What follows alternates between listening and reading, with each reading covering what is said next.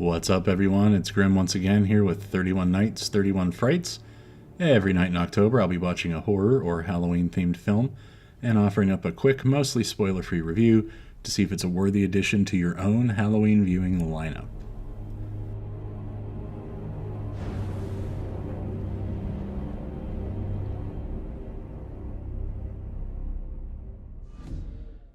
Tonight, we'll be heading across the pond to take a look at a film that is regarded as a true masterpiece, The Horror of Dracula. This film was released on May 8th, 1958 in the United States. Runs for about an hour, 22 minutes, and was directed by the legendary Terence Fisher from a script by Jimmy Sangster, and of course based on Bram Stoker's novel. The cast is headlined by the immortal Christopher Lee as Dracula and Peter Cushing as Abraham Van Helsing. The film opens with Jonathan Harker paying a visit to Count Dracula to work as his librarian. It is soon revealed, however, that Harker is fully aware that the Count is a vampire and that he is there to end the threat once and for all. Nevertheless, he still plays dumb when a chesty brunette appears, claiming to be held captive and begging for his help. The woman is, of course, soon to be revealed as one of Dracula's brides, although she is credited as Vampire Woman. Harker escapes her clutches, leaves his journal in a shrine outside, and eventually heads down to take out Dracula. He finds the Count and the woman both asleep in their coffins, prone and ready to be staked. Unfathomably, he kills the woman first, which of course gives Dracula a chance to wake up and escape, since, by the way, it's also sundown. Not a great plan from Harker.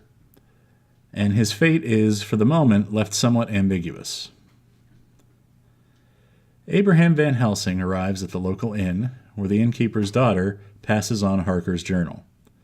Van Helsing goes and explores Dracula's castle, only to find it empty, except for the dead vampire woman, who is now a decrepit old lady, and, sadly, the vampire form of Jonathan Harker. Van Helsing stakes his friend and returns home, where he finds Harker's fiancée, Lucy, suffering from some kind of illness. He reveals news of Harker's death to Lucy's brother Arthur and his wife Mina. However, he leaves out some key details, like mainly that he was a vampire when he died. It is eventually revealed that Lucy has already been bitten by Dracula. In light of Lucy's vampirism, Van Helsing decides to reveal the truth about Jonathan Harker's death, and he explains that the same thing will happen to Lucy once she dies. After rescuing Lucy's niece from her undead aunt, Van Helsing and Arthur reluctantly put her down for good. The men then leave to track down Dracula, while Mina is called away, ostensibly to meet with Arthur in Karestadt. This is the same place Arthur and Van Helsing are heading, setting the stage for a final confrontation with Count Dracula. Now, the most striking thing about this film is how it completely reverses and changes the roles and characters from Bram Stoker's novel. Harker is no longer a naive solicitor, but a librarian who is there to catalog the Count's books, or some such thing. Straight out of the gate, that does not feel like it makes much sense. Harker is engaged to Lucy instead of Mina, and he meets his end at Van Helsing's stake after being turned into a vampire for killing the woman Dracula keeps around in his castle. The entire scenario seems like a modified take on the sisters or the brides from the novel. To further convolute things, Arthur Holmwood is now Lucy's brother, and Mina is his wife. Arthur sort of assumes a similar role to the role John Harker played in the novel, and Mina serves a very similar purpose as well. Van Helsing is a friend to Harker at the outset, and both men already seem to know who Dracula is, though they never go much into the history of why. As such, this film's plot never feels organic to the situation. Things happen because the screenwriter decides they need to, not because they feel organic to the story or because the characters demand it.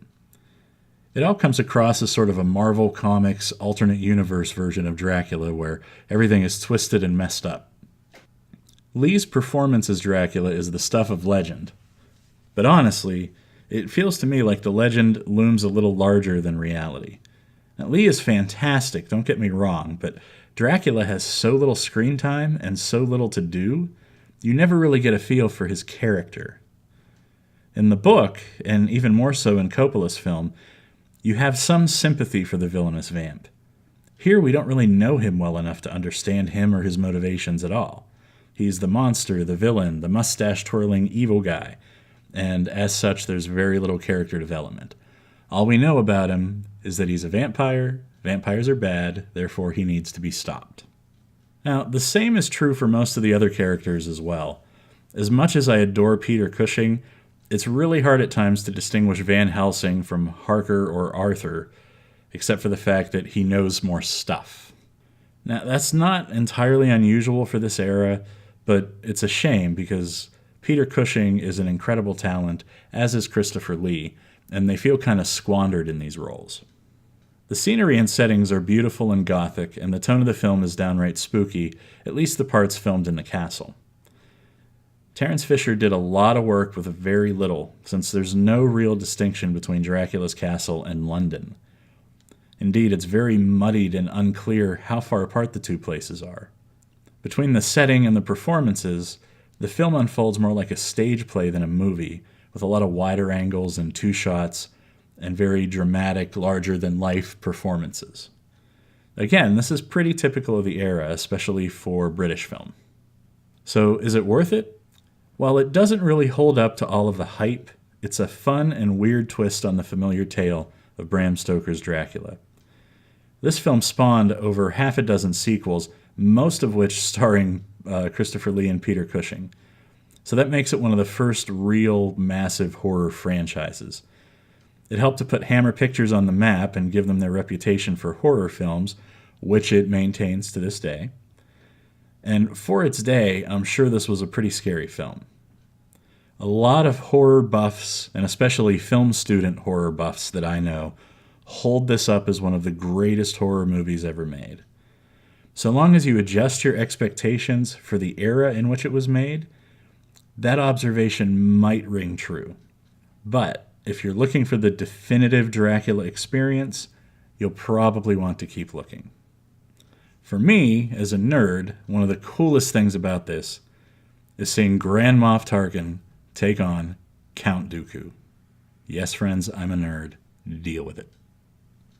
That's it for another episode of 31 Nights, 31 Frights. Thanks for listening. We hope you'll consider subscribing to the channel and check out our other offerings here at Grimm's Scary Tales.